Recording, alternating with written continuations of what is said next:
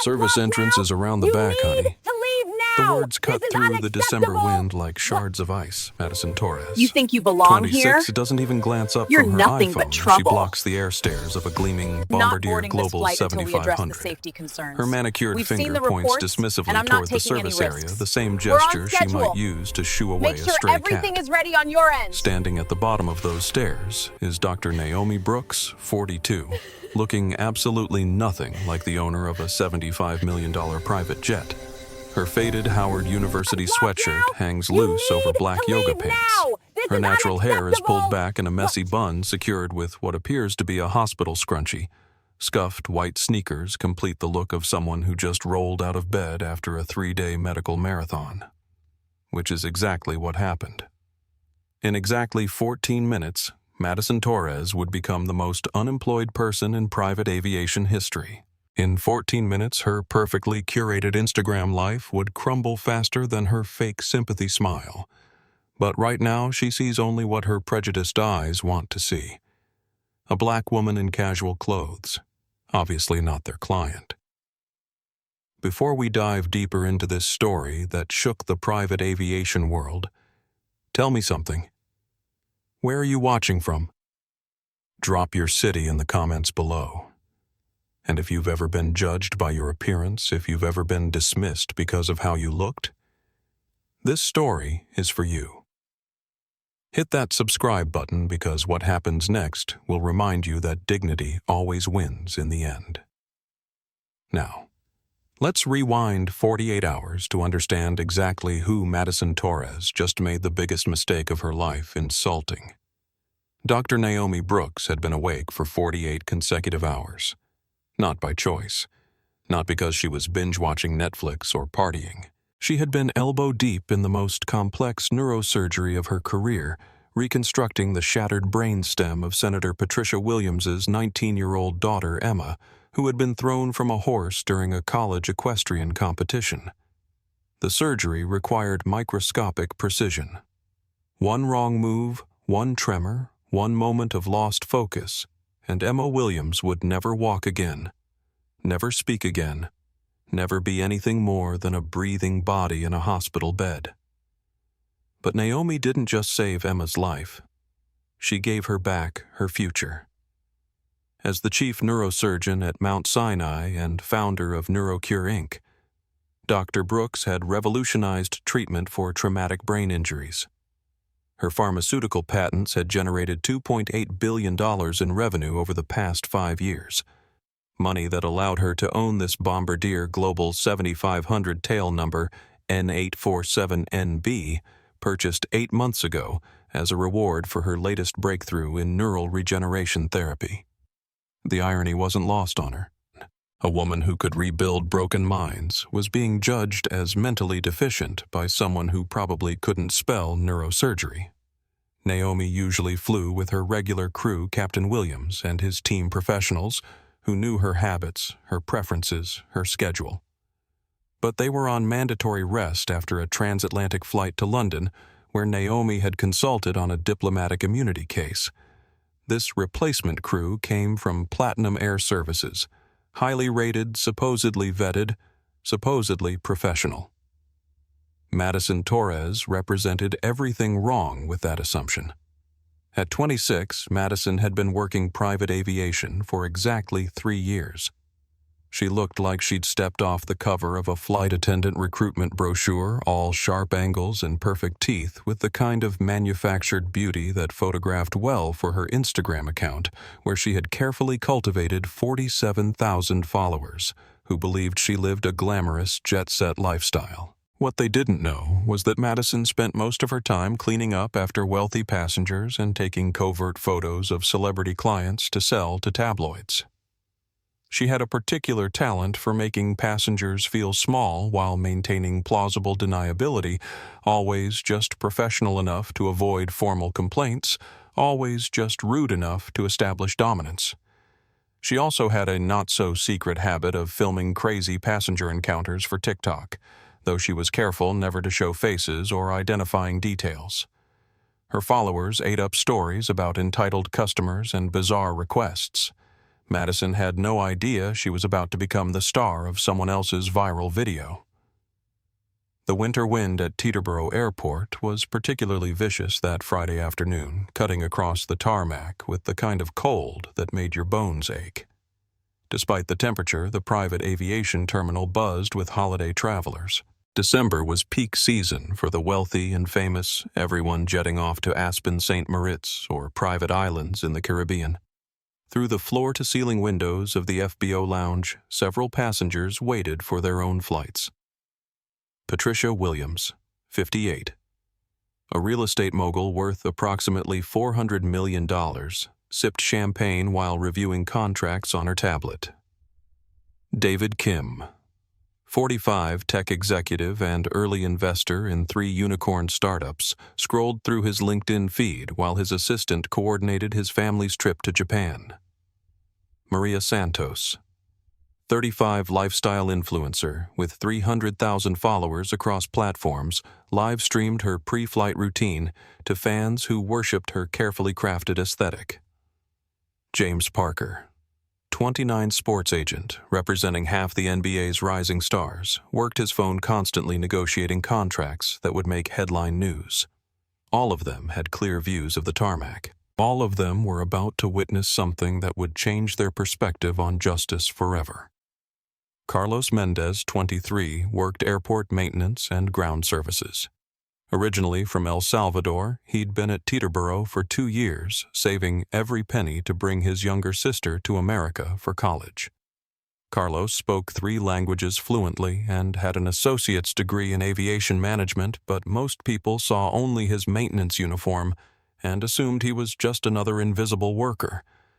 Carlos noticed everything. It was his job to notice. And right now he noticed tension building around the Bombardier Global 7500. He pulled his phone from his pocket, not to film, not yet, just to be ready. Something felt wrong. As Dr. Naomi Brooks approached the air stairs of her own aircraft, she carried only 2 items, a worn leather medical bag that had belonged to her mentor, Dr. Sarah Jackson, and a small overnight case containing exactly 3 changes of clothes. She wasn't traveling to impress anyone. She wasn't trying to make a statement. She just wanted to get to her cabin in the mountains outside Aspen, pour a glass of wine, and sleep for approximately 14 hours straight. Madison Torres saw none of this context. She saw what her prejudice told her to see. A black woman in casual clothes approaching a multi-million-dollar aircraft. The math didn't compute in her narrow worldview. "Excuse me," Naomi said, her voice steady despite her exhaustion. "I'm here for the 4 p.m. departure." Madison finally looked up from her phone, scanning Naomi from head to toe with undisguised disdain. "Ma'am, this aircraft is chartered by Dr. Naomi Brooks. This is a private flight. I am Dr. Brooks." Madison actually laughed. Not a polite chuckle or an embarrassed giggle, but a sharp cutting sound that carried across the tarmac like a slap. "Right. And I'm Oprah Winfrey." The comparison was deliberate, calculated.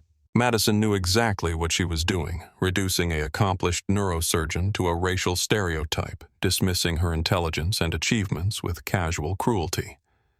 Naomi felt something shift inside her chest. Not anger, not yet, but recognition. She'd been here before. Not on this tarmac, not with this plane, but in this moment. The moment when someone looked at her skin color and decided she couldn't possibly belong. She thought about Emma Williams, the senator's daughter, lying unconscious in the ICU just hours ago. Emma's parents hadn't cared what Naomi looked like when their daughter's life hung in the balance. They'd cared about her skill, her reputation, her ability to perform miracles with a scalpel, but apparently owning the plane she'd earned through those miracles was beyond belief. "Check your manifest," Naomi said calmly. Madison waved her hand dismissively. "I don't need to check anything. Dr. Brooks is a distinguished gentleman, not—" She gestured vaguely at Naomi's appearance, whatever this is. That's when Naomi knew Madison Torres had never actually read the passenger information, had never bothered to research who she was serving, had made assumptions based on a name and her own limited imagination. The wind picked up again, whipping Naomi's sweatshirt hood around her face. She pushed it back, revealing the surgical mask tan lines that marked her as someone who spent serious time in operating rooms. Madison didn't notice. She was too busy texting someone, probably Tyler Morgan, the co-pilot she'd been dating for 6 months. Inside the cockpit, Captain Robert Kane, 52, watched the interaction through the windscreen.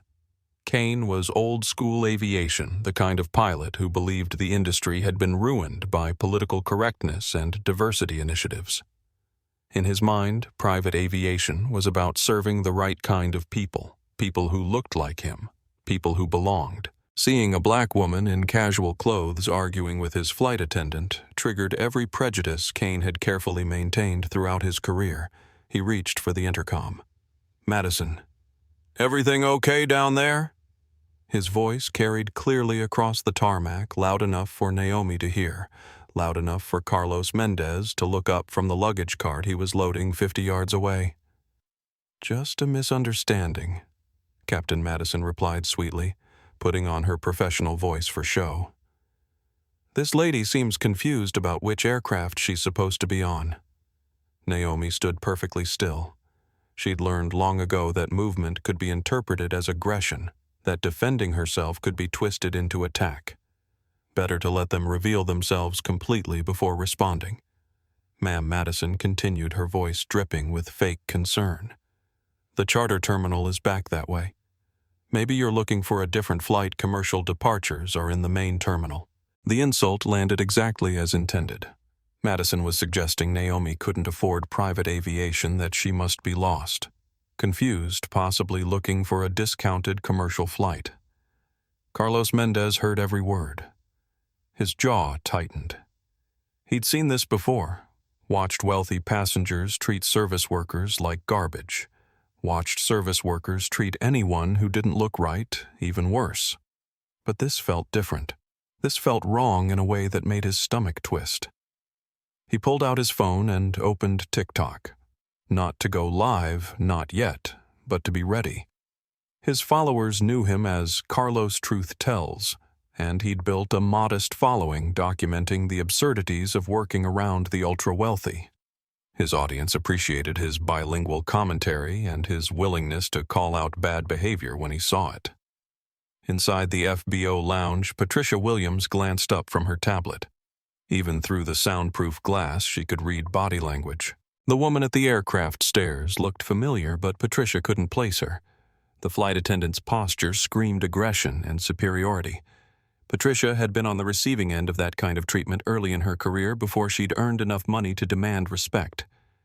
She pulled out her phone and started recording through the window. Just in case. Dr. Naomi Brooks looked at Madison Torres and made a decision that would change both their lives forever. Instead of getting angry, instead of demanding to speak to supervisors or threatening lawsuits, she decided to let the situation play out completely. Let Madison dig the hole as deep as she wanted. Let the crew reveal exactly who they were before revealing who she was. "I understand your concern about security," Naomi said, her voice measured and professional. "Perhaps you could check the passenger manifest or ask for my identification." Madison rolled her eyes dramatically. "Ma'am, I don't have time for games. The actual passenger will be arriving soon, and I need to prepare the cabin. You need to move along before security has to get involved." Security? The word hung in the air like a threat. Madison was escalating, putting Naomi in the position where any further insistence could be framed as trespassing, as causing a disturbance, as being difficult. It was a trap Naomi had seen before. A trap designed to make the victim choose between dignity and safety, between standing up for themselves and avoiding confrontation. Most people chose safety. Most people walked away. Dr. Naomi Brooks was not most people. She had rebuilt brains. She had saved lives. She had built a pharmaceutical empire from nothing.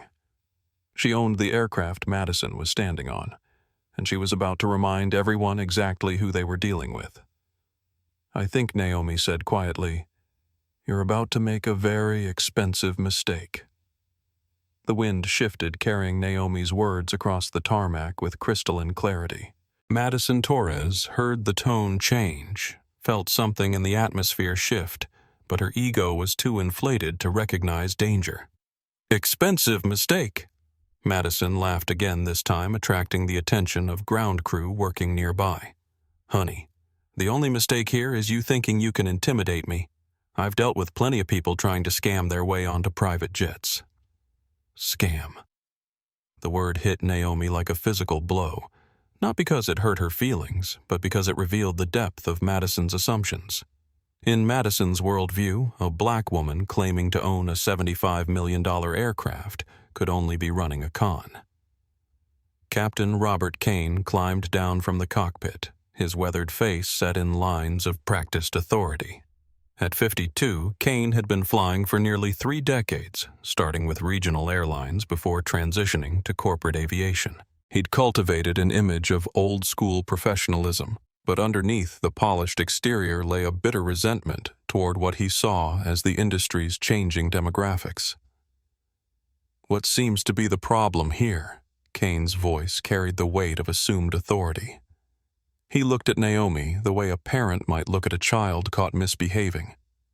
"Captain Kane, this woman is claiming to be Dr. Brooks Madison," explained her voice, taking on the tone of someone reporting a crime. "She's refusing to leave the aircraft stairs." Kane studied Naomi with undisguised skepticism. "Ma'am, Dr. Brooks is a very important client, a distinguished physician and business person.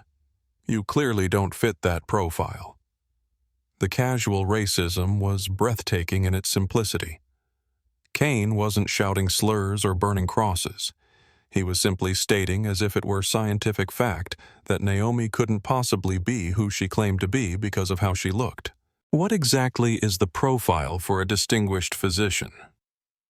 Naomi asked, her voice still calm but carrying a subtle edge that made Carlos Mendez look up from his workstation 50 yards away. Kane waved his hand dismissively. "Professional attire, appropriate bearing, documentation. You look like you just rolled out of bed." "I look like someone who just saved a life," Naomi replied.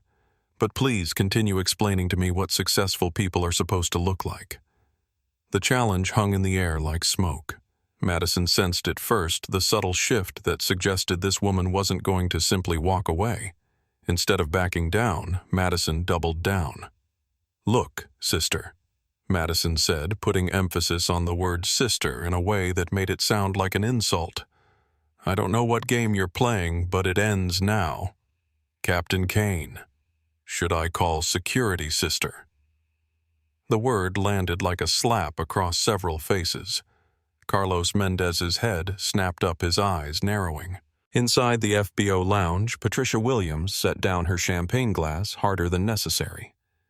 Even some of the ground crew stopped what they were doing, but it was Tyler Morgan's reaction that sealed everyone's fate. Tyler Morgan, 28, emerged from the aircraft like he was walking onto a movie set. Tall blonde with the kind of casual confidence that came from never being questioned, never being doubted, never having to prove he belonged anywhere. As Madison's boyfriend of 6 months, he'd learned to mirror her casual cruelty to back up her judgments without question. "Babe, what's the situation?" Tyler asked, slipping an arm around Madison's waist in a gesture that was both possessive and dismissive. He looked at Naomi like she was an interesting problem to solve rather than a human being.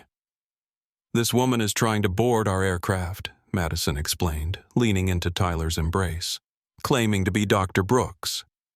Tyler laughed, the sound sharp and cruel. "Dr. Brooks. The neurosurgeon." "Right." He looked Naomi up and down with theatrical disbelief. "Dr. Brooks owns half of Manhattan. Dr. Brooks wears Armani, not..." He gestured at her sweatshirt, whatever that is. "Howard University," Naomi said quietly. "What, my sweatshirt?" "It's from Howard University. where I completed my undergraduate degree before attending Johns Hopkins School of Medicine, but please continue telling me about my wardrobe choices." Something in her tone made Tyler pause, not because he recognized authority, but because he sensed resistance. In his experience, people who looked like Naomi didn't push back when confronted by people who looked like him. That's when Jessica Rivera arrived. Jessica Rivera, 34, ground operations supervisor, had been watching the confrontation from her office window. She'd seen enough situations to know when crew members needed backup, and Madison Torres had been calling for support. Jessica had worked her way up from ground crew to supervisor over 8 years, and she protected her people fiercely. What she didn't protect was fairness. "What's going on here?" Jessica demanded, striding across the tarmac with clipboard in hand and authority in every step. She wore the kind of uniform that demanded respect, crisp and official, with enough badges and insignia to intimidate anyone not familiar with aviation hierarchy.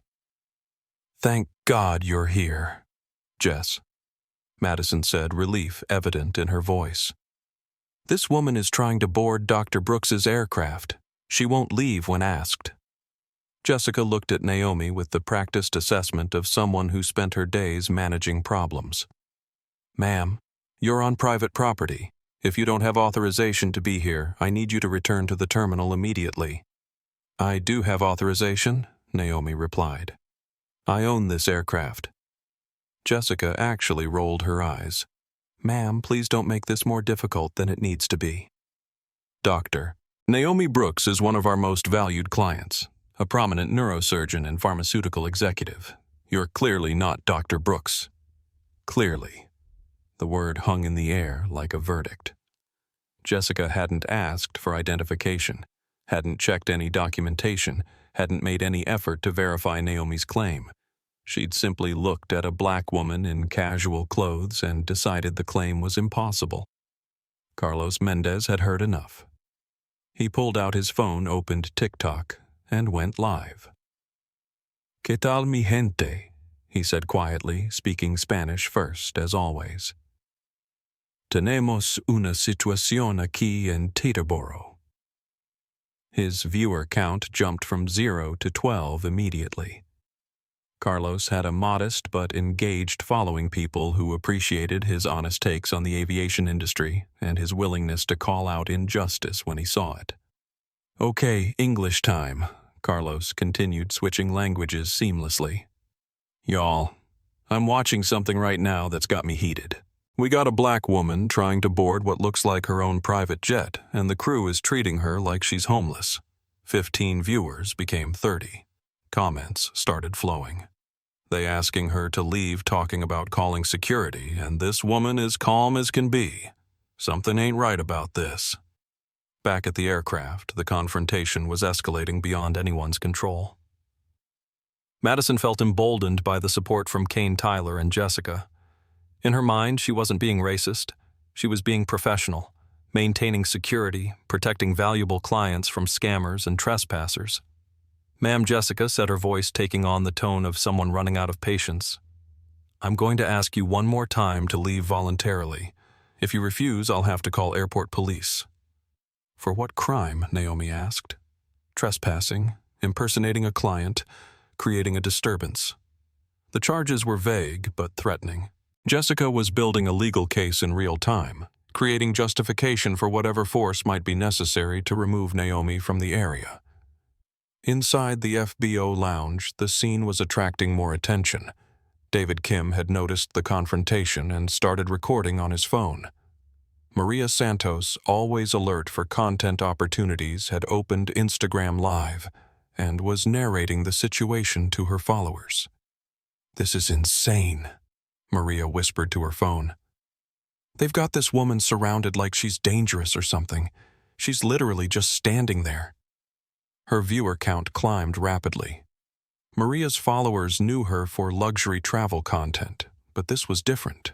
This was real drama happening in real time. James Parker looked up from his constant phone calls and business negotiations. Something about the woman's posture, her calm in the face of escalating aggression, reminded him of his athlete clients facing hostile crowds. She had that same centered energy, that same refusal to be intimidated. He started recording too. Ma'am Kane said, his voice getting harder. "You have 30 seconds to leave this area, or we're calling federal authorities. Threatening aircraft operations is a federal crime." Threatening aircraft operations. Kane was escalating the legal stakes, invoking post-9/11 security language that could result in terrorism charges.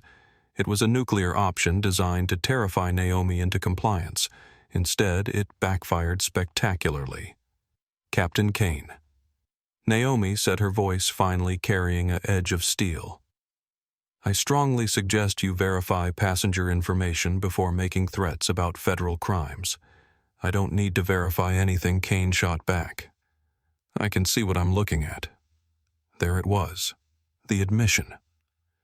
Kane wasn't basing his judgment on documentation, security protocols, or professional procedures.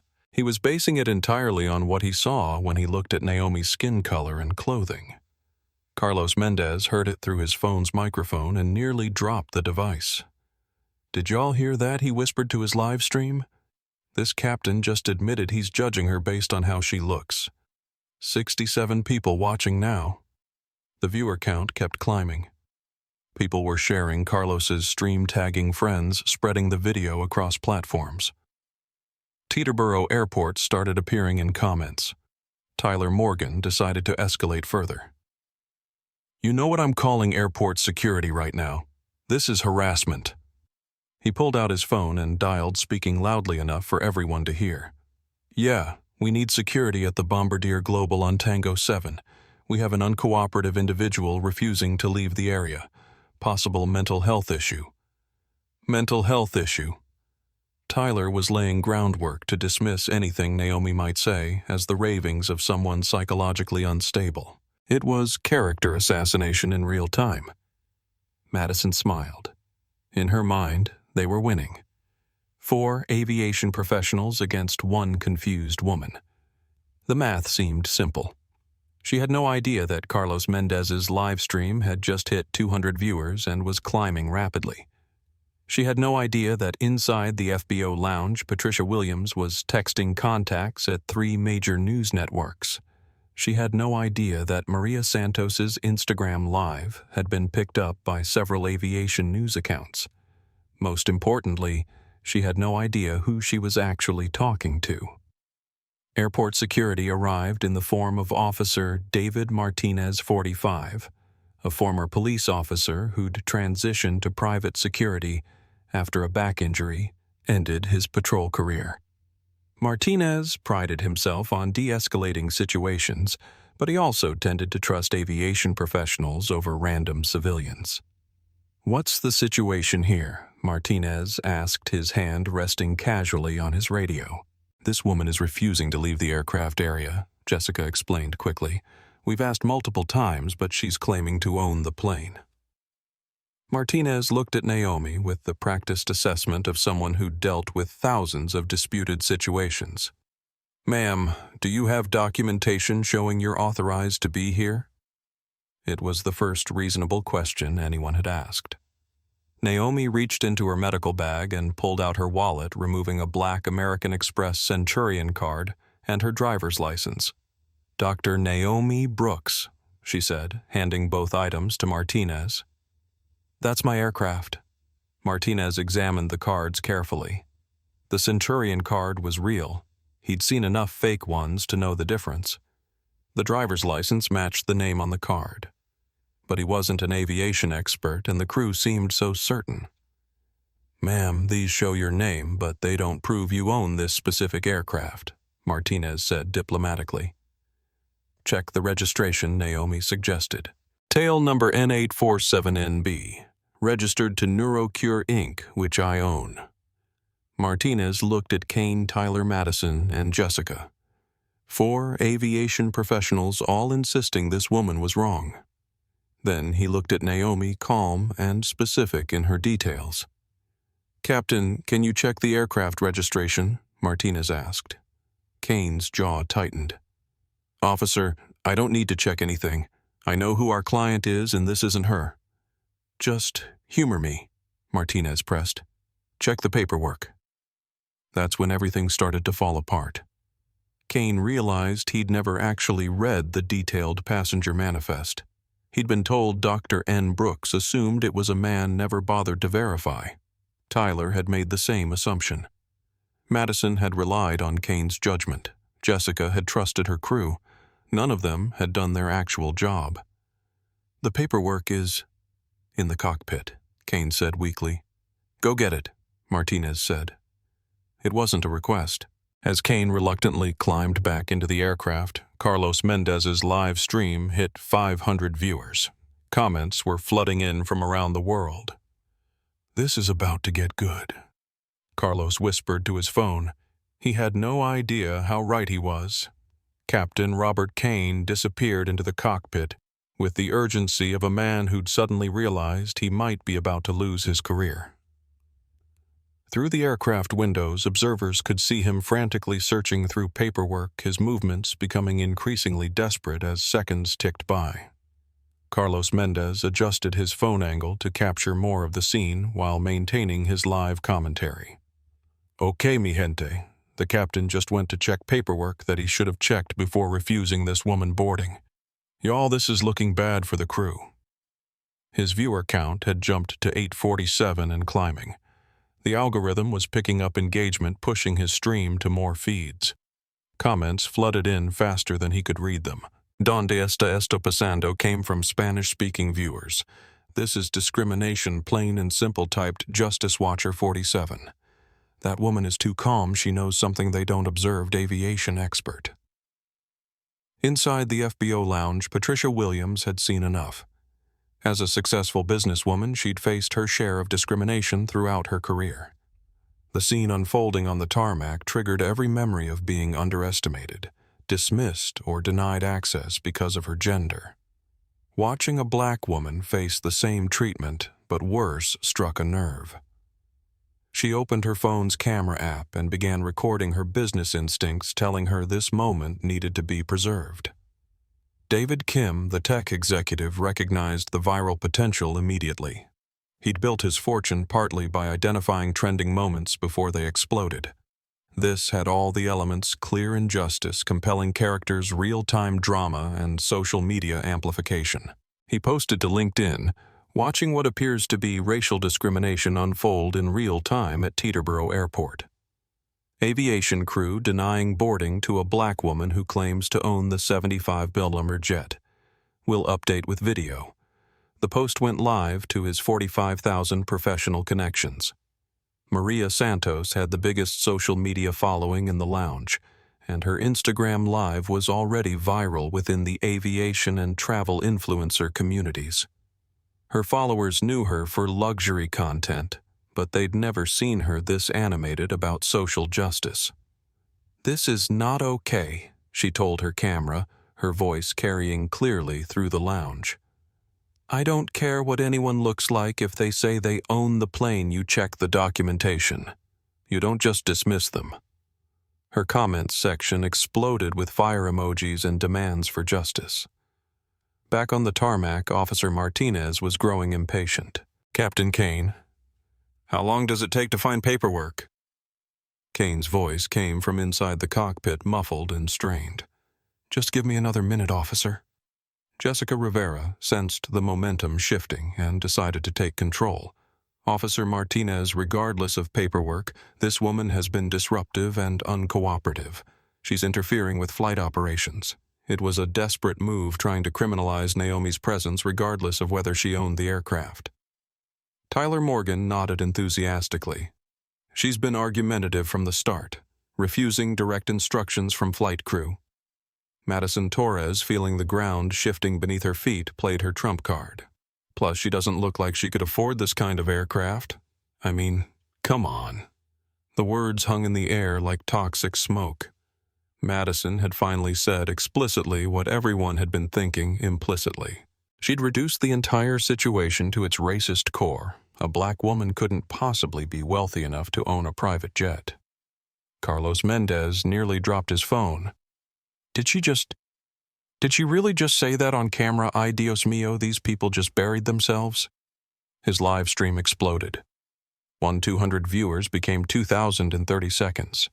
The chat moved so fast it was impossible to read individual comments, just a blur of outrage and disbelief.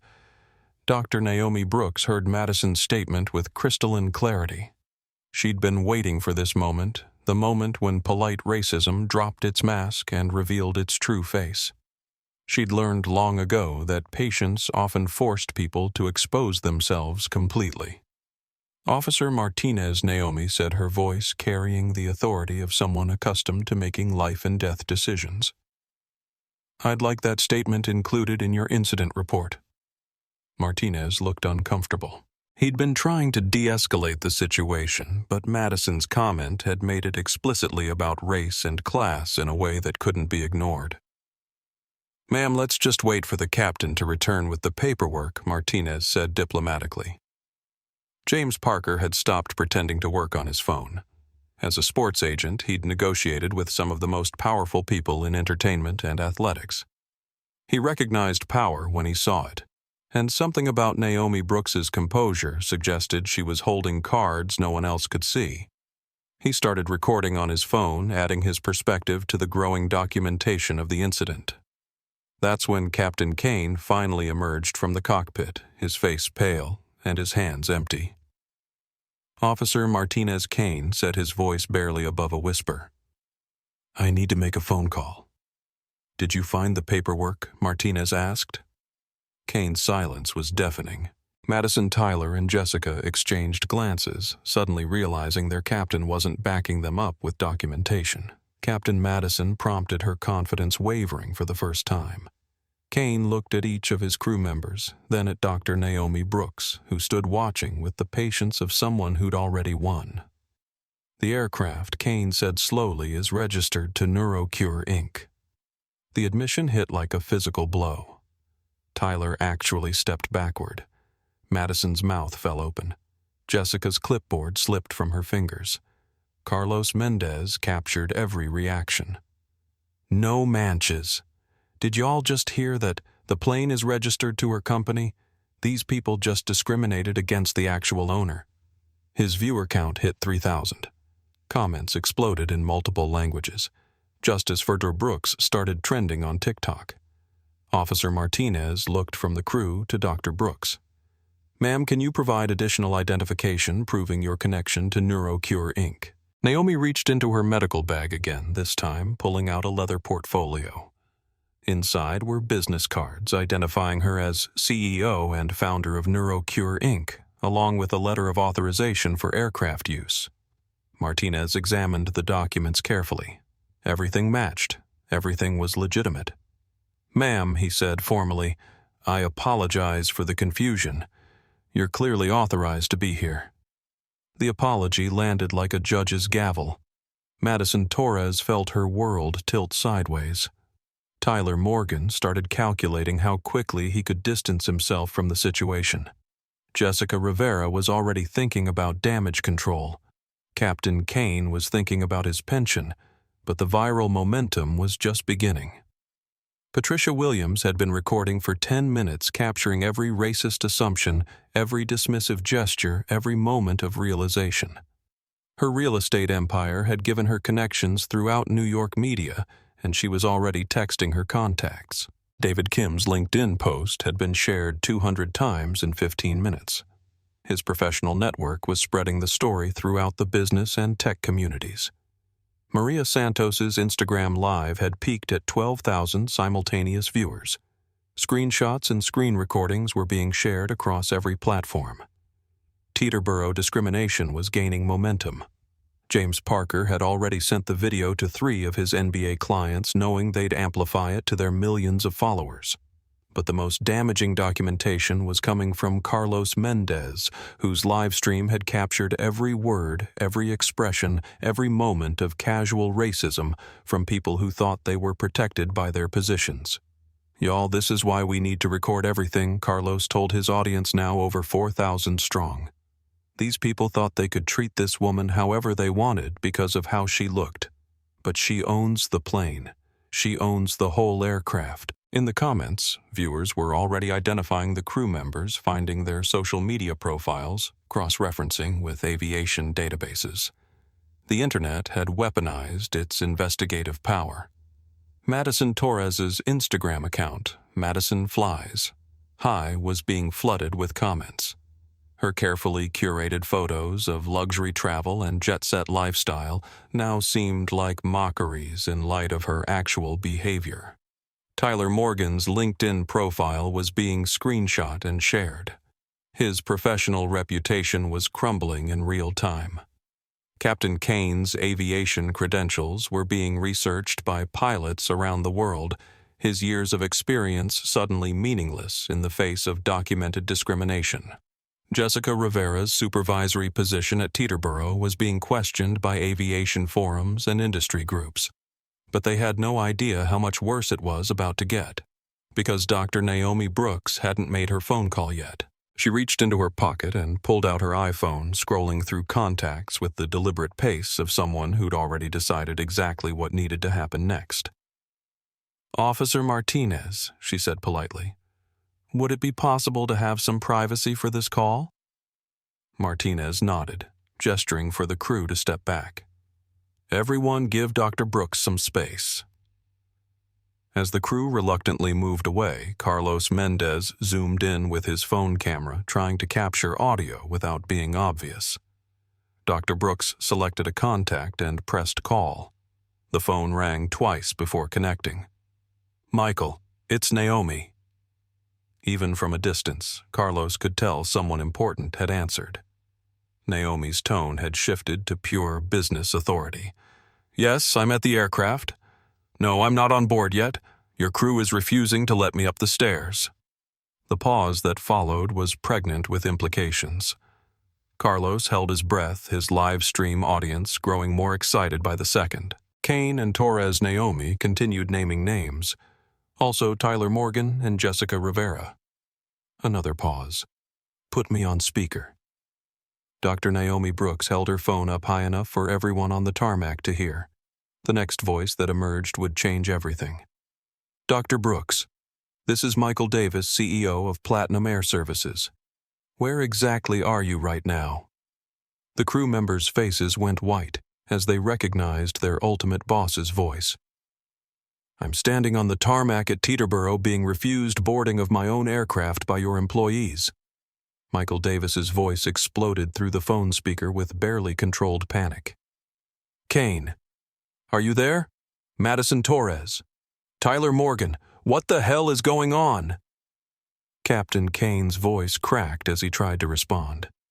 "Mr. Davis, there was a misunderstanding about passenger identification." "Misunderstanding?" Davis roared. "That is Dr. Naomi Brooks. She owns NeuroCure Inc. She owns the aircraft you're standing on. She pays your salaries. She's worth $2.8 billion. The silence on the tarmac was deafening. Carlos Mendez had to cover his microphone to keep from shouting in excitement. His viewer count had exploded past 5,000, with comments moving too fast to read. Madison Torres felt her knees go weak. Tyler Morgan looked like he'd been punched in the stomach. Jessica Rivera was already backing away from the group, trying to distance herself physically from the disaster. But Dr. Naomi Brooks wasn't finished. "Michael," she said, her voice carrying across the tarmac with perfect clarity. "I want them off my aircraft. All of them. Now." The judgment had been rendered. The silence stretched across the tarmac like a held breath. Michael Davis's voice crackled through the phone speaker with the desperation of a man watching his company's reputation disintegrate in real time. "Dr. Brooks, I am profoundly sorry. There's been a catastrophic misunderstanding. Kane, Torres, Morgan, Rivera, you're all suspended immediately pending full investigation. Dr. Brooks, please let me personally arrange—" "No." Naomi cut him off, her voice carrying the kind of authority that ended discussions rather than started them. "I want them off my aircraft now. I want them escorted from this airport. And I want a new crew here within the hour." Madison Torres finally found her voice, though it came out as a desperate squeak. "Dr. Brooks, I'm so sorry I didn't know. The manifest didn't have a photo. I was just following security protocols. Security protocols." Even in the face of complete exposure, Madison was trying to hide behind procedure, as if racist behavior could be excused by calling it professional caution. "Security protocols?" Naomi repeated slowly, her voice carrying an edge that made everyone within hearing distance uncomfortable. Would involve checking identification and verifying passenger information. "You did neither. You made assumptions based on my skin color and clothing." Tyler Morgan stepped forward, his desperation making him bold. "Dr. Brooks, this is all a big misunderstanding. We were protecting your aircraft from unauthorized persons. We had no way of knowing—" "You had every way of knowing," Naomi interrupted. "You could have asked for identification. You could have checked the manifest. You could have verified registration. Instead, you decided that a black woman in casual clothes couldn't possibly own a $75 million aircraft." Carlos Mendez was struggling to keep his phone steady while capturing every word. His live stream had peaked at 7,000 concurrent viewers, with clips being shared across every social media platform. Teterboro Gate was trending on TikTok. Private jet discrimination was climbing on Twitter, and aviation forums worldwide were exploding with commentary.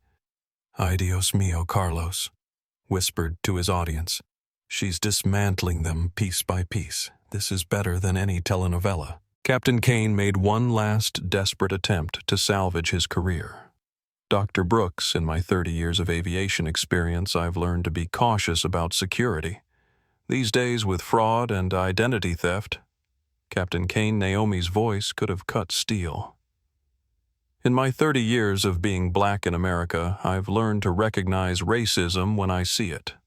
This had nothing to do with security and everything to do with prejudice." The accusation landed like a physical blow. Kane actually staggered backward a half step, his face flushing red with anger and humiliation.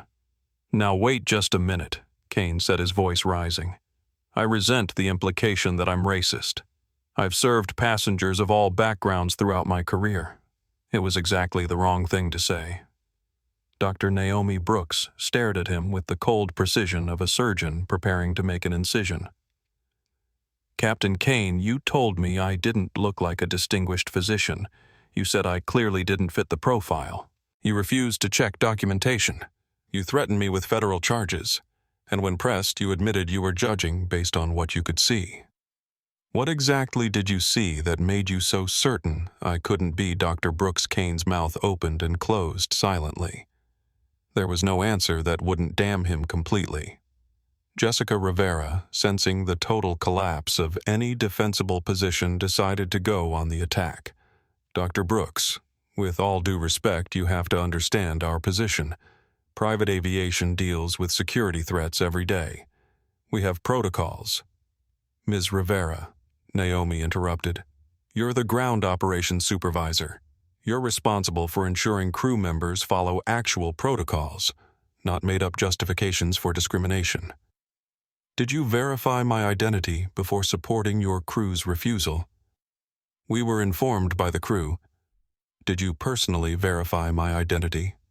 "No, but—" "Did you check the aircraft registration?"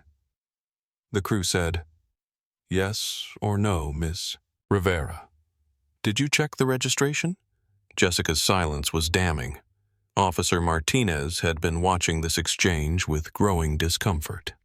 As security, he was supposed to maintain order, but it was becoming clear that the real threat to order was the crew's behavior, not the passengers' presence. Dr. Brooks Martinez said diplomatically, "How would you like to proceed?" Before Naomi could answer, another voice joined the conversation from an unexpected direction. "Excuse me," came a crisp British accent from behind the group. I couldn't help but overhear. Everyone turned to see William Thompson, 49 Airport Operations Manager, striding across the tarmac with the confidence of someone who owned the ground they walked on. Thompson had been monitoring the situation from his office, watching through security cameras as it escalated beyond his staff's control. Thompson represented old money authority, the kind of institutional power that rarely questioned itself. He wore his position like armor, convinced that his title made him right regardless of circumstances. "I'm William Thompson, Airport Operations Manager," he announced as if his position should end all discussion. "There seems to be some confusion here about access protocols." Naomi turned to face Thompson with the same calm attention she'd given the crew. "No confusion, Mr. Thompson. Your ground supervisor and this aircraft crew denied me boarding of my own plane based on my appearance." Thompson's smile was condescending, practiced, designed to make difficult people feel small. "Ms. I'm sorry, what did you say your name was? Dr. Naomi Brooks, owner of this aircraft?" Thompson's smile faltered slightly, but his institutional arrogance held firm. "Dr. Brooks, I'm sure there's been a misunderstanding. Our crew members are highly trained professionals. If they had concerns about identification, they never asked for identification." "Well, surely you understand that private aircraft require certain standards of presentation." Standards of presentation. Thompson had walked directly into the same trap that had destroyed the crew. He was suggesting that Naomi's appearance disqualified her from accessing her own property. Carlos Mendez couldn't believe what he was hearing. Y'all, the airport manager, just doubled down on this discrimination. He's talking about standards of presentation to a woman who owns the plane. His live stream was being watched by over 8,000 people now, with viewers sharing clips faster than he could track. Teterboro discrimination had gone global, with aviation professionals from Europe, Asia, and South America weighing in. Inside the FBO lounge, Patricia Williams had seen enough. She was done being a passive observer. She stood up from her chair, gathered her things, and headed for the door. David Kim noticed her movement. "Patricia, where are you going? To handle this myself," Patricia replied grimly. "I've been on the receiving end of this kind of treatment, and I'm not watching it happen to someone else." She pushed through the FBO doors and strode onto the tarmac, her $2,000 Hermes heels clicking authoritatively against the concrete. Maria Santos was still live streaming, but now her followers were demanding action, not just observation. "You need to do something," filled her comments. "Don't just record." Maria looked through the window at the confrontation, then at her phone screen showing thousands of viewers, then back at the tarmac.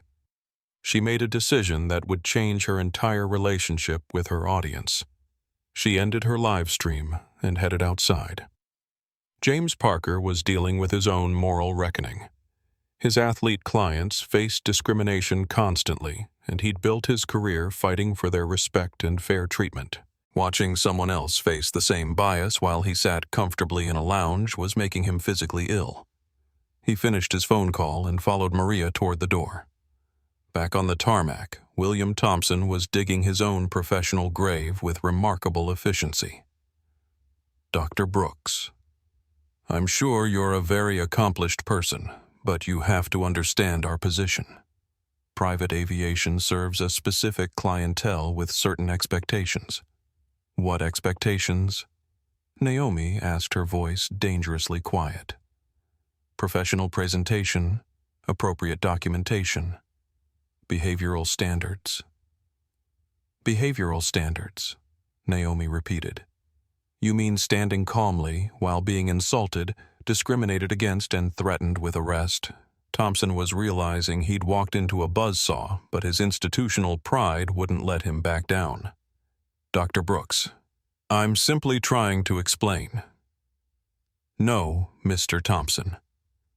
You're trying to justify the unjustifiable. You're trying to make discrimination sound like customer service." That's when Patricia Williams arrived. "Excuse me," Patricia said, her voice carrying the authority of someone accustomed to being obeyed. "I'm Patricia Williams.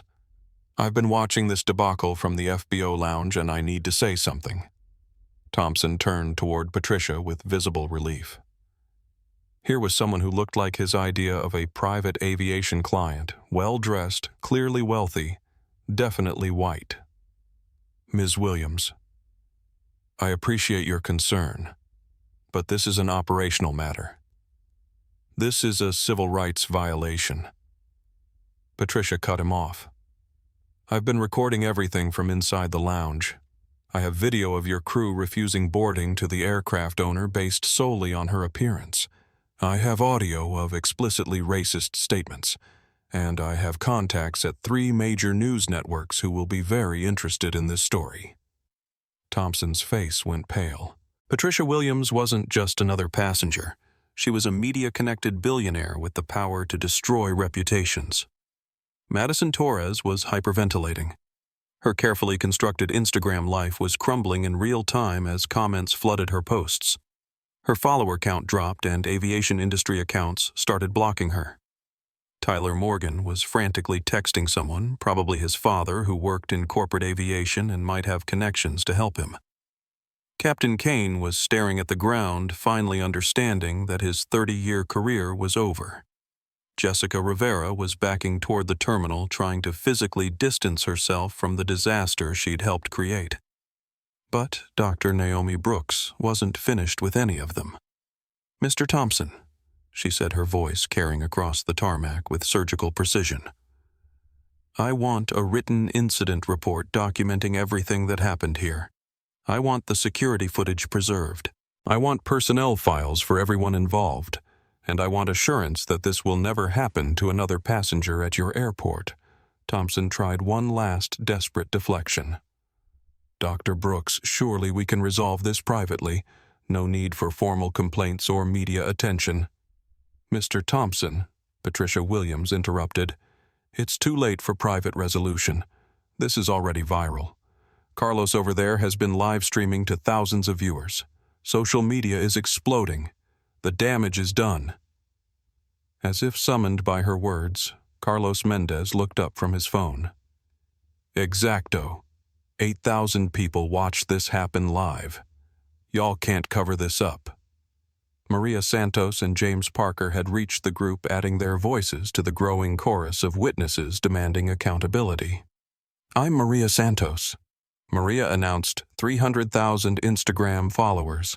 I've documented everything that happened here. James Parker. James added, I represent professional athletes who face this kind of discrimination constantly. This needs to be addressed comprehensively. Thompson found himself surrounded by wealthy, connected witnesses who weren't going to let this disappear quietly. His institutional authority was meaningless against viral video and social media outrage. Dr. Naomi Brooks surveyed the scene she'd created simply by insisting on being treated with basic human dignity. The crew that had humiliated her was suspended and facing career extinction. The airport manager who'd supported them was scrambling to save his own job. The witnesses who'd remained silent initially were now active allies demanding justice. But she still wasn't done. She had one more phone call to make. Dr. Naomi Brooks reached into her medical bag one final time, retrieving a second phone, a sleek device that looked different from her personal iPhone. This was her business phone, connected to networks and contacts that could reshape entire industries.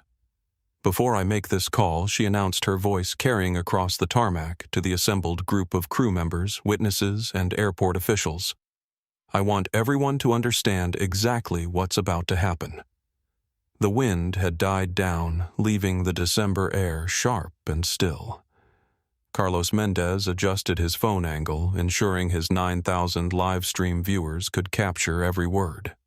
Comments flooded past faster than anyone could read, but the sentiment was universal anticipation. Madison Torres felt her stomach drop. She'd thought the worst was over when they discovered Naomi actually owned the aircraft.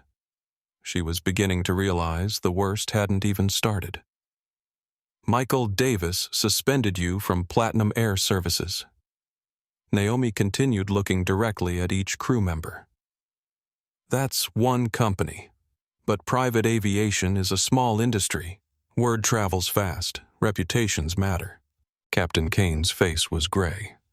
In 30 years of flying, he'd built a reputation for professionalism and reliability. That reputation was his most valuable asset, more important than his pilot's license, more crucial than his accumulated flight hours. Tyler Morgan was still frantically texting, but his contacts weren't responding. Word was already spreading through aviation networks faster than he could control. Jessica Rivera had backed almost to the terminal building, but she could still hear every word clearly. William Thompson was calculating damage control options, but Patricia Williams' threat about media contacts had eliminated most of his strategies. This phone, Naomi said, holding up the sleek device, is connected to the Aviation Safety and Professional Standards database. It's a private network used by aviation companies worldwide to share information about crew performance safety violations and professional misconduct. The ASPSD was legendary in aviation circles. Created by a consortium of major airlines and charter companies, it served as an industry-wide background check resource. A negative report in the ASPSD could end an aviation career permanently. Carlos Mendez translated for his Spanish-speaking viewers. Ella tiene acceso a una base de datos que puede terminar sus carreras para siempre. When I file a report with ASPSD about discrimination, harassment, and safety protocol violations, Naomi continued, it becomes part of each crew member's permanent record. Every airline, every charter company, every corporate flight department in the world will see it. Madison Torres started crying. Real tears, not the performative distress she'd shown earlier. Her dream of traveling the world as a flight attendant was evaporating in real time. But Naomi said, pausing dramatically, "That's not the call I'm making right now." Everyone froze. If not the aviation database, then what? Naomi scrolled through her contacts and selected a number. The phone rang once before connecting. Senator Williams, it's Dr. Naomi Brooks. The name hit like a thunderbolt. Senator Patricia Williams was one of the most powerful politicians in America, chair of the Transportation Committee, and someone who could single-handedly reshape aviation regulations. Senator, I'm calling about your daughter Emma. Yes, she's recovering beautifully. No, this is about something else entirely. Through the phone's speaker, Senator Williams's voice was clearly audible. Dr. Brooks, anything you need. Emma wouldn't be alive without you. I'm currently at Teterboro Airport, where I've been denied boarding of my own private aircraft by crew members who made assumptions based on my race. The silence on the other end of the line lasted exactly 3 seconds before Senator Williams exploded. What are you telling me, that the woman who saved my daughter's life has been discriminated against at a federally regulated airport? William Thompson looked like he might faint. Federal regulation meant federal oversight, federal investigations, federal consequences that could shut down airport operations. Yes, Senator. Multiple crew members and an airport manager have refused to verify my credentials, made explicitly racist statements, and threatened me with arrest for trying to board my own aircraft. Dr. Brooks are their witnesses, multiple witnesses, live video documentation, social media coverage. This incident has been broadcast to thousands of viewers in real time. Senator Williams's voice turned dangerous. Dr. Brooks, I want names. I want incident reports. I want security footage. I'm convening emergency transportation committee hearings. This ends now. Carlos Mendez nearly dropped his phone. His live stream chat was exploding with viewers who couldn't believe they were witnessing a real-time civil rights incident that would reach the highest levels of government. The crew members are Madison Torres, flight attendant, Tyler Morgan, co-pilot, Captain Robert Kane, and Jessica Rivera, ground operations supervisor. The airport manager is William Thompson. Senator Williams was clearly writing down names. Dr. Brooks, I'm immediately launching a federal investigation into discriminatory practices at Teterboro Airport. I'm also introducing emergency legislation requiring anti-bias training for all aviation personnel with access to federally regulated airports. Thompson was hyperventilating, Federal investigations could take years, cost millions, and destroy careers throughout the airport's management structure. Madison Torres collapsed onto a luggage cart, the full weight of her actions finally hitting her. She wasn't just losing a job. She was becoming the face of aviation discrimination in federal hearings that would be broadcast on C-SPAN. But Senator Williams wasn't finished. Dr. Brooks. I'm also calling the FAA Administrator, the Transportation Secretary, and the Attorney General. If this is happening to you, it's happening to other passengers. We're going to audit every private aviation facility in the country. Industry-wide audits. Every private airport, every charter company, every corporate flight department would face federal scrutiny because of what happened on this tarmac. Captain Kane understood he wasn't just losing his job. He was becoming a case study in federal discrimination training that would be mandatory for every aviation professional in America. Thank you, Senator. I'll have my legal team coordinate with your investigators. Dr. Brooks. I cannot apologize enough for what you've experienced. Emma and I will never forget what you did for our family, and we won't forget this either. As Naomi ended the call, the tarmac fell completely silent except for the distant hum of aircraft engines and Carlos Mendez whispering commentary to his live stream audience. Y'all, Carlos said quietly, this just became the biggest civil rights case in aviation history. This woman just turned a racist incident into federal legislation. Patricia Williams stepped forward, her business instincts recognizing the historical significance of what they'd just witnessed.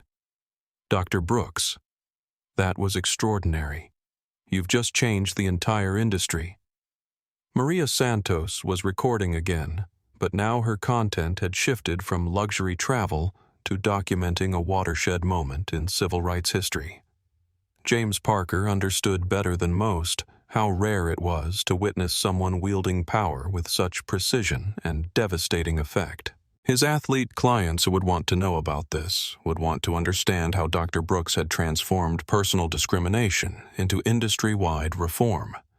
David Kim was already drafting follow-up LinkedIn posts, knowing his professional network needed to understand the implications of what had just occurred. William Thompson made one final desperate attempt to salvage something from the disaster. Dr. Brooks, perhaps we can discuss this internally before involving federal authorities. Dr. Naomi Brooks turned to face Thompson with the kind of look that had made medical students reconsider their career choices.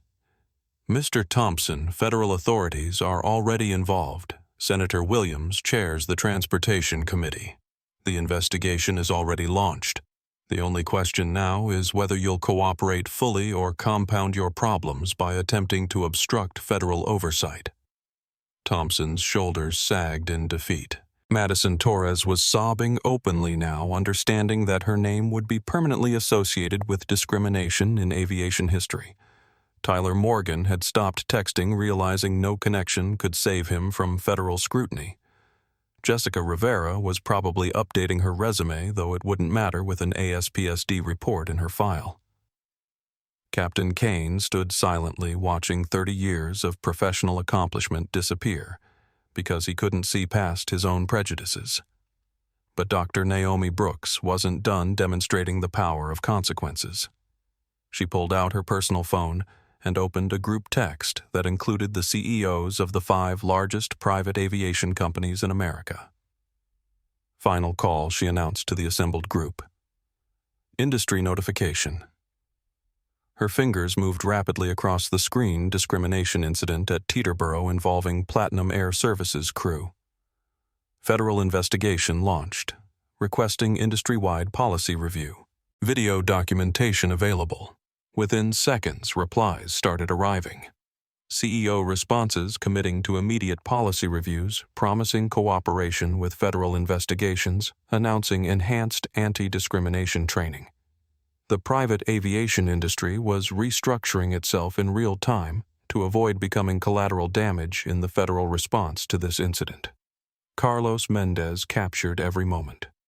Hermanos, this woman just forced an entire industry to change its policies with one text message. She didn't just get justice for herself, she got justice for everyone who comes after her. As the implications sank in, the assembled group understood they'd witnessed something unprecedented. Not just the exposure of discrimination, but the complete dismantling of the structures that enabled it. Dr. Naomi Brooks had turned a moment of personal humiliation into a comprehensive victory for civil rights in aviation. And she still had to catch her flight to Aspen. The next hour unfolded like a carefully orchestrated symphony of justice, each movement more devastating than the last for those who had underestimated Dr. Naomi Brooks. Within minutes of Senator Williams' call, 3 black SUVs arrived at Teterboro Airport. Federal investigators, aviation safety officials, and civil rights attorneys emerged with briefcases and recording equipment. The private airport that catered to the ultra-wealthy suddenly looked like a crime scene. Carlos Mendez had to adjust his live stream setup as investigators politely asked him to continue recording, but from a position that wouldn't interfere with their work. His viewer count had peaked at 12,000, with clips of his stream being shared across every social media platform imaginable. Mira Gente Carlos whispered to his audience, "This is what justice looks like when you mess with the wrong person." Federal investigators just rolled up like it's a movie. Madison Torres sat on the luggage cart where she'd collapsed, staring at her phone in horror as notifications flooded her screen. Her Instagram account. Madison Flies High was being overwhelmed with comments ranging from angry to devastating. Screenshots of her discriminatory behavior were being shared faster than she could process. Her follower count was dropping in real time. 47,000 became 45,000, then 42,000, then 38,000. Brands that had sent her free products were publicly distancing themselves. The luxury lifestyle she'd built through social media was crumbling as fast as her aviation career. Tyler Morgan was discovering that the aviation world was smaller than he'd imagined. His father's connections in corporate aviation weren't returning calls. Word had spread through professional networks with the speed of wildfire.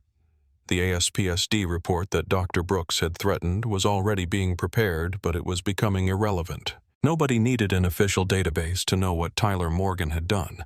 It was documented in high-definition video watched by tens of thousands of people. Captain Kane faced the most devastating professional consequences. The airline transport pilot license he'd worked 30 years to earn was under review by the FAA. His decades of experience, his spotless safety record, his thousands of flight hours, none of it mattered now. He'd let prejudice override professionalism, and the aviation industry was unforgiving of pilots who demonstrated poor judgment. Jessica Rivera had disappeared into the terminal building, but her absence wouldn't save her. Airport security cameras had captured her every discriminatory statement. Her supervisory position required exemplary professional conduct, and she'd failed spectacularly on the most public stage possible.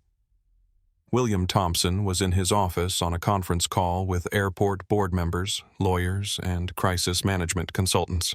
Through his window, he could see federal investigators setting up equipment on the tarmac. His 20-year tenure as airport operations manager was almost certainly over, but his immediate concern was preventing the airport from losing its federal operating certificate.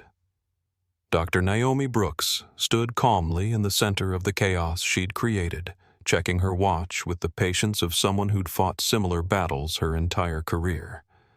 She'd learned long ago that institutional change required institutional pressure, and she'd just applied leverage that would reshape an entire industry. Patricia Williams had called her contacts at CNN, MSNBC, and Fox News. All 3 networks were dispatching crews to Teterboro for live coverage. What had started as a private discrimination incident was becoming national news. Maria Santos was coordinating with other influencers who'd picked up her initial coverage. Teterboro discrimination was trending globally, with aviation professionals from around the world sharing their own stories of bias and discrimination in the industry. David Kim was fielding interview requests from business journalists who recognized the broader implications of the incident. His LinkedIn post had been shared over 2,000 times, reaching executives throughout the travel and transportation industries. James Parker was on the phone with his most high-profile clients' athletes who faced discrimination constantly and appreciated seeing someone fight back effectively. Several had already committed to signal-boosting the story to their combined audience of millions. The new flight crew that Michael Davis had promised was arriving by helicopter, landing directly on the tarmac with the precision of a military operation. Captain Maria Gonzalez and First Officer James Johnson emerged with calm professionalism, followed by Flight Attendant Elena Rodriguez. All three crew members were people of color. The image wasn't lost on anyone present. Platinum Air Services was making a statement about diversity and inclusion that would be visible in every news report about the incident. Captain Gonzalez approached Dr. Brooks with respectful authority. "Dr. Brooks, I'm Captain Maria Gonzalez. We're here to ensure you have a safe and comfortable flight to Aspen. Thank you, Captain. I appreciate you getting here so quickly. Ma'am, it's an honor to serve you. We've reviewed the flight plan. Weather conditions are excellent, and we're ready for departure at your convenience." The contrast was stark and deliberate. Professional respect replacing racist dismissal. Competent service replacing discriminatory assumptions. Human dignity replacing prejudicial treatment. Carlos Mendez captured the crew change for his livestream audience. "Look at this, hermanos. This is how you're supposed to treat passengers, with respect, regardless of what they look like." As Dr. Brooks finally climbed the stairs to her own aircraft, Madison Torres made one final desperate attempt at damage control. She approached the stairs, tears streaming down her face. "Dr. Brooks, please, I'm so sorry. I didn't mean any harm. I was just doing my job. Please don't let them destroy my life." Dr. Brooks paused on the stairs and looked down at Madison with the same clinical assessment she might give a patient's symptoms. "Ms. Torres," she said, her voice carrying clearly across the tarmac, "you weren't doing your job.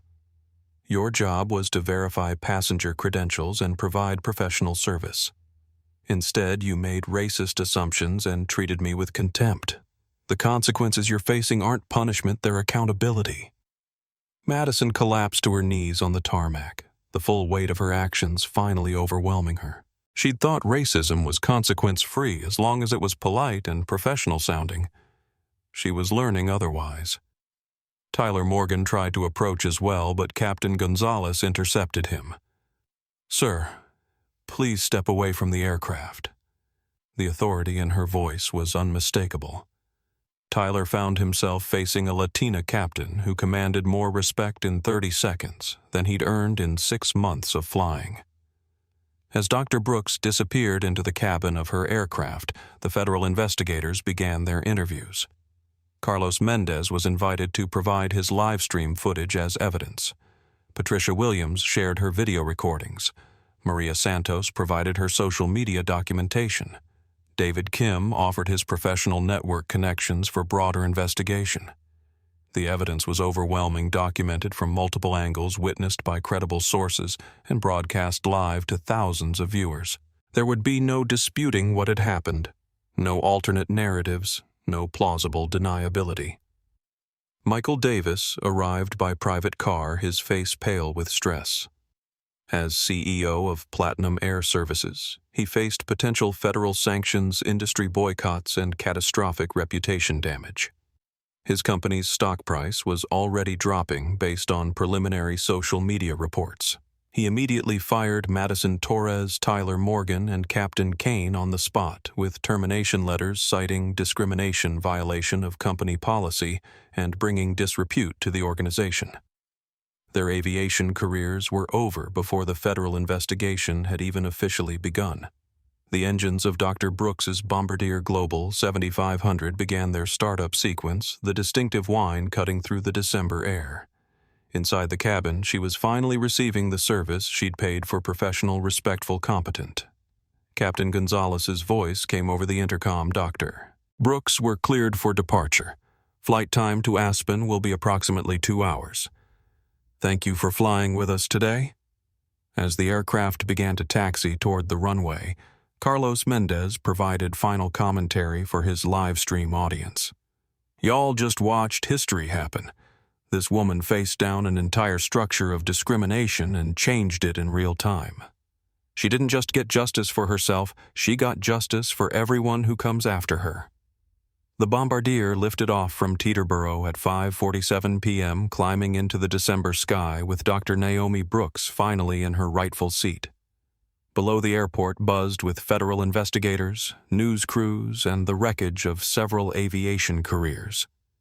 The discrimination that had seemed so casual and consequence-free an hour earlier had triggered a federal investigation, industry-wide policy changes, and national media coverage that would reshape private aviation forever. Dr. Brooks had won more than access to her own aircraft. She'd won comprehensive change that would protect countless future passengers from experiencing what she'd endured. And she'd done it all with the quiet dignity and devastating precision that had made her one of the world's most respected neurosurgeons. The flight to Aspen would be smooth, professional, and respectful, exactly what she'd paid for, and exactly what every passenger deserved. 6 months later, the private aviation industry had been fundamentally transformed by what became known as the Teterboro incident. Dr. Naomi Brooks hadn't just won a personal victory. She'd catalyzed the most comprehensive civil rights reform in aviation history. The Air Equity app launched on a Tuesday morning in June with backing from Dr. Brooks's NeuroCure Inc. and support from Senator Williams' Transportation Committee. Within 24 hours, it had been downloaded 2.3 million times. The platform allowed passengers to rate flight crews in real time, report discrimination incidents with video evidence, and access a database of aviation professionals' service records. Airlines and charter companies initially resisted the transparency, but customer demand and federal pressure made adoption inevitable. Within 3 months, every major aviation company had integrated Air Equity ratings into their hiring and performance evaluation processes. Carlos Mendez, whose live stream had documented the original incident, was hired as Air Equity's Director of Community Engagement. His bilingual social media expertise and authentic voice had made him the face of aviation accountability. His TikTok account, Carlos Truth, Tells now had 2.8 million followers who appreciated his continued coverage of industry developments. "Remember, mi gente," Carlos said in a recent video filmed at Miami International Airport, "respect isn't optional. It's required. And now, there's an app to prove it." Madison Torres had moved back to Ohio and was working at a shopping mall. But unlike vindictive portrayals in typical stories, Dr. Brooks had insisted on a more balanced resolution. Through Air Equity's rehabilitation program, Madison was enrolled in diversity and inclusion training, working toward eventually returning to aviation with better understanding and changed behavior. The program, funded by Dr. Brooks, personally offered a path to redemption for aviation professionals who acknowledged their mistakes and committed to comprehensive education. It was justice tempered with mercy accountability, balanced with the possibility of growth. Tyler Morgan had left aviation entirely and was working in his family's small construction business in Colorado. The federal investigation had found no evidence of deliberate discrimination beyond the Teterboro incident, allowing him to avoid criminal charges while ending his flying career. Captain Kane had lost his ATP license but was working as a ground school instructor teaching new pilots about the importance of professional conduct and bias awareness. His 30 years of experience hadn't been entirely wasted. It was being redirected toward education and prevention. Jessica Rivera had been demoted and transferred to a different airport where she worked under strict supervision while completing extensive bias training. Her supervisory privileges had been permanently revoked, but she remained employed in a position where she could cause less harm. William Thompson had been terminated as airport operations manager, but found work consulting with smaller airports on compliance and diversity issues. His experience with federal investigations, while personally devastating, had given him unique expertise in helping other facilities avoid similar problems. Platinum Air Services had survived the crisis, but underwent complete restructuring. Michael Davis implemented the most comprehensive diversity and inclusion program in private aviation, with monthly bias training, diverse hiring requirements, and passenger advocacy protocols. The company's stock price had recovered, but its corporate culture was permanently changed. Teterboro Airport itself had become a model for inclusivity in aviation. The Dignity is Non-Negotiable plaque in the FBO lobby reminded every visitor that respect was fundamental to service. New passenger rights protections were posted throughout the terminal, and cultural sensitivity training was mandatory for all personnel. The federal legislation that emerged from the incident, known as the Private Aviation Equality Act, required annual bias training for all aviation personnel with access to federally regulated airports. The law also established the Federal Aviation Discrimination Response Office, with Dr. Brooks serving as an unpaid advisor. Senator Williams had kept her promise about comprehensive industry audits. Over 200 private aviation facilities faced federal review, resulting in policy changes at 89% of inspected locations. The message was clear: discrimination would trigger federal oversight that no facility could afford to ignore. But the most meaningful change came in the daily experiences of passengers who had previously faced bias and dismissal. Social media filled with stories of improved treatment, respectful service, and professional conduct from aviation personnel who understood they were being watched and evaluated. Dr. Brooks had created more than an app or a law. She'd created cultural accountability that made discrimination professionally toxic. Aviation workers knew that discriminatory behavior would be documented, reported, and career-ending. The transformation extended beyond aviation. Other luxury service industries began adopting similar rating programs and bias training efforts. Hotels, restaurants, and retail establishments recognized that customer discrimination was no longer sustainable in an age of viral accountability. On a warm December morning, exactly 1 year after the original incident, Dr. Naomi Brooks returned to Teterboro Airport for the first time since her discriminatory treatment. The contrast was remarkable. Captain Elena Rodriguez greeted her personally at the FBO entrance. "Dr. Brooks, welcome back to Teterboro. Your aircraft is prepared and ready for departure." The crew for her Bombardier Global 7500 included Captain James Washington, co-pilot Sarah Kim, and flight attendant Maria Santos. The same Maria Santos who had witnessed the original incident and become an advocate for change. Dr. Brooks Maria said warmly, "It's an honor to serve you today. I've completed advanced cultural competency training since we last met, and I wanted to thank you for inspiring industry-wide changes that benefit all passengers." As Dr. Brooks climbed the stairs to her aircraft, she paused to look across the tarmac where the original confrontation had occurred. Carlos Mendez was there with a film crew documenting the anniversary return for a special Air Equity documentary. 1 year ago, he said into his camera, "We witnessed discrimination become accountability. Today, we see how one woman's dignity changed an entire industry." Inside the aircraft, the service was exemplary, not because Dr. Brooks was special, but because respectful treatment had become the industry standard. Her refusal to accept less had raised the bar for everyone. As the Bombardier taxied toward the runway, Dr. Brooks reflected on the year that had passed. She'd achieved more than personal justice. She'd created structural change that would protect countless future passengers from experiencing discriminatory treatment. The aircraft lifted off smoothly, climbing into clear skies above New York. Below Teterboro Airport continued its operations with new respect for dignity, new awareness of bias, and new commitment to treating every passenger with professional courtesy, regardless of their appearance. Captain Washington's voice came through the cabin speakers. "Dr. Brooks, we're cleared to altitude. Thank you for flying with us today, and thank you for everything you've done for our industry." Dr. Brooks smiled as she settled into her seat with a glass of wine and a medical journal.